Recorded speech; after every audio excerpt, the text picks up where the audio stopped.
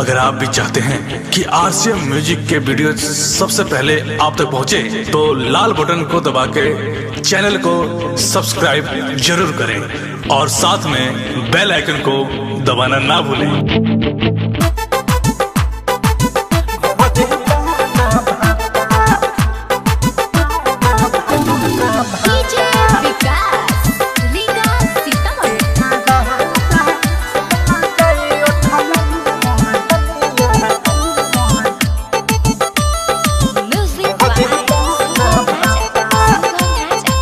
मोडो जे मादा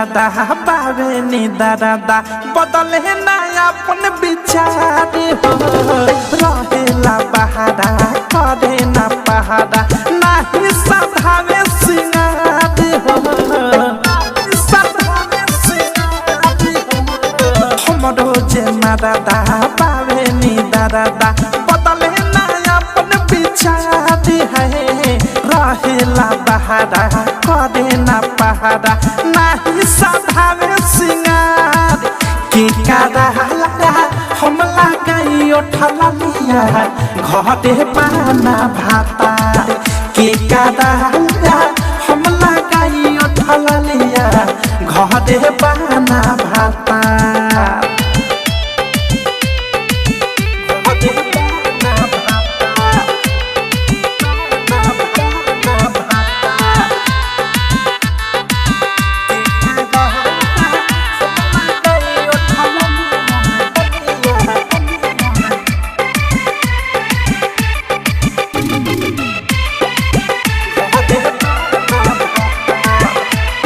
दोनों जो बनावा में लागल बाया कि पियावा के जगे तकियावा से भायाबी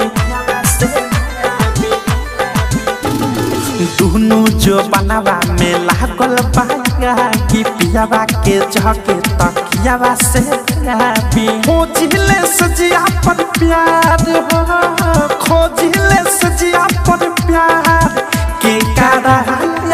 हम लगाई उठला लिया घरे पाना भाता के कादा हम लगाई उठला लिया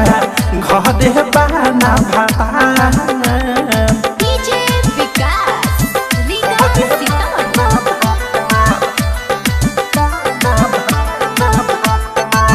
नित्या रिकॉर्डिंग स्टूडियो ननौरा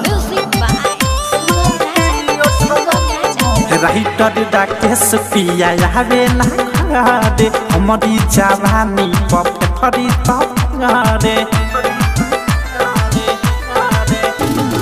राइटर डाकेश पिया आवे ना घरे हमारी जवानी पफरी तरे अवध से भी छोड़े सुता दे है अनुराग भी छोड़े सुता दे के कारा लगा हम लगाई उठला लिया घरे पाना भातार के कादा हम लगाई उठला लिया घरे पाना भातार हमरो जे मादा पावे नी दादा बदले ना अपन विचार है रहेला बहारा करे ना पहाड़ा नाही सधावे सिंगार के कादा हम लगाई उठला लिया घरे पाना भाता के कादा हम लगाई उठला लिया घरे पाना भाता।